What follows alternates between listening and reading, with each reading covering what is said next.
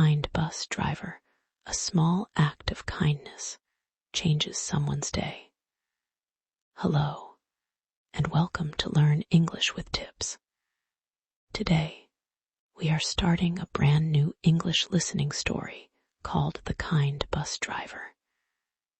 In this story, you will practice new vocabulary, useful expressions, and clear pronunciation. Please don't worry if you don't understand every word. Just relax, listen carefully, and enjoy the story. Every episode helps you build confidence in English, one story at a time. So, are you ready? Let's begin our journey together. It was a rainy Thursday morning in November. Dark clouds covered the sky, and cold raindrops fell onto the busy streets. People walked quickly, holding their umbrellas tightly. The city felt gray and tired. James stood at the bus stop, shivering in the cold wind. He was 35 years old, with short brown hair and a worn gray coat. He held a small bag in his hands. His shoulders were tense, and his eyes looked heavy, like he hadn't slept well. James felt terrible that morning. He had just lost his job the day before. His company closed suddenly, and 40 workers lost their jobs, including him. Now he had to find a new job quickly, before his money ran out. James checked his watch nervously. He had a job interview across town in 1 hour, and it was his only chance for a fresh start. But the rain was heavy, and the streets were full of traffic. Finally, the bus arrived. James stepped inside, shaking the rain off his coat. He reached into his pocket for money, but then his face went pale. "Oh no," he whispered. His pocket was empty. He must have lost his wallet somewhere on the way to the bus stop. "I'm so sorry," James said to the bus driver, his voice shaking with embarrassment. "I don't have my wallet. I think I lost it." The other passengers on the bus looked at him.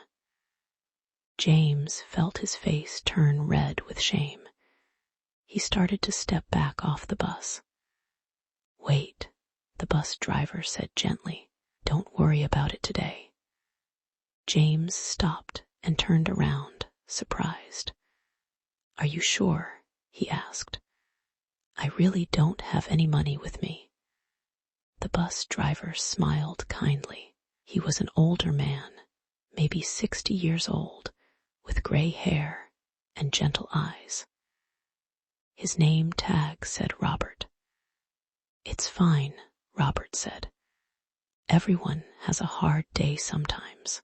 Please take a seat." James felt a wave of relief wash over him. "Thank you," he said softly. "Thank you so much." He found a seat near the window and sat down slowly. His hands were still shaking, but now it wasn't only from the cold. He felt touched by the driver's kindness. As the bus moved through the wet streets, James looked out the window, thinking about his interview. He was nervous, but Robert's small act of kindness gave him a little hope. A few stops later, an elderly woman got onto the bus. She walked slowly, using a wooden cane. She struggled to find a seat because the bus was crowded. "Here," James said, standing up quickly. "Please take my seat." The woman looked at him and smiled warmly. "Thank you, young man," she said. "That's very kind of you." "You're welcome," James said, holding onto a pole to stay steady.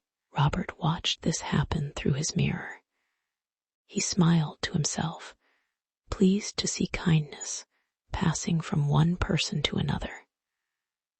A few minutes later, the bus stopped at a red light. Robert turned around and spoke to James. "You seem like you have somewhere important to be today," Robert said. "Is everything okay?" James hesitated for a moment. Then he decided to share his situation. "I have a job interview," he explained. "I lost my job last week, and this interview is really important to me." "I understand," Robert said kindly. "Job hunting isn't easy. But don't worry, I'll get you there safely and on time." James smiled, feeling grateful. For the first time that morning, he felt like things might actually be okay. The bus continued through the city, moving slowly because of the heavy traffic. James kept checking his watch, feeling his nervousness grow again. 30 minutes left, then 20, then 15. "We're getting close," Robert said, noticing James's worried face in the mirror. "Don't worry, we'll make it." James nodded, trying to stay calm. He looked out the window at the tall gray buildings passing by. He thought about his interview questions and practiced his answers quietly in his head. Then, suddenly, the bus stopped. Not at a bus stop, but in the middle of the road. Cars in front had stopped completely. There seemed to be some kind of problem ahead. "What's happening?" James asked, his heart beating faster.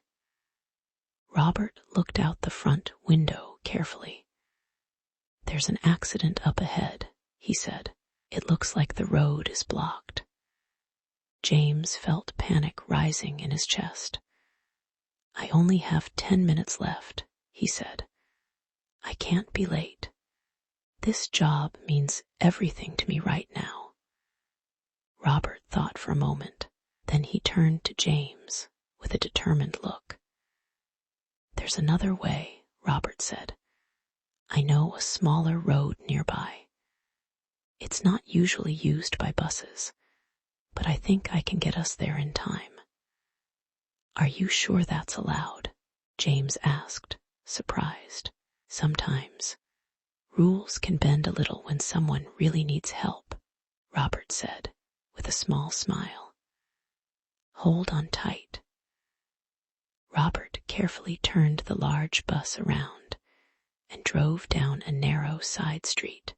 The other passengers looked around, curious about the sudden change in direction. James held onto the pole tightly, his heart pounding with both worry and hope. The bus moved quickly through the quiet streets, past small shops and old houses. James watched the clock nervously, counting every second. Finally, the bus turned a corner, and James saw the tall office building ahead. His interview location. "We made it," Robert said, pulling the bus to a stop, with 3 minutes to spare. James felt tears forming in his eyes, but this time they were tears of gratitude. "Thank you," James said, his voice full of emotion. "I don't know how to thank you enough. You didn't have to help me like this." Robert smiled warmly. "Kindness doesn't need a reason," he said. "Just remember this feeling and pass it on to someone else one day." James nodded, feeling a lump in his throat. "I will," he promised. "I really will." He stepped off the bus and turned back one more time. "I hope I see you again, Robert." "I'm sure you will," Robert said with a wink. "This is my regular route, after all." James walked quickly toward the office building, his heart pounding. But this time, it was pounding with hope instead of fear. He straightened his coat, took a deep breath, and walked through the front doors. Inside, the receptionist greeted him warmly. "You must be James," she said. "They're ready for you now." James smiled. Whatever happened in the interview, he already felt like today was a good day. A stranger's kindness had changed everything. As he sat down in the waiting room, he thought about Robert's words. Kindness doesn't need a reason.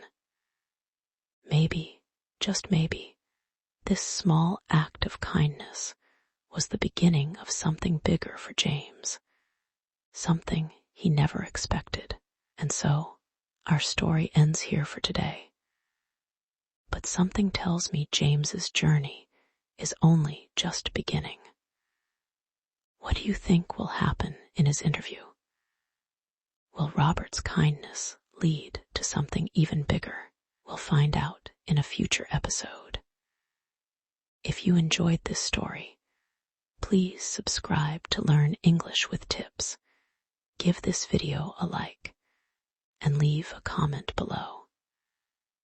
Tell us one new word or expression you learned today. It really helps us know what you like, and it helps other learners find this channel too. Thank you so much for listening. See you in the next episode. Keep learning, keep smiling.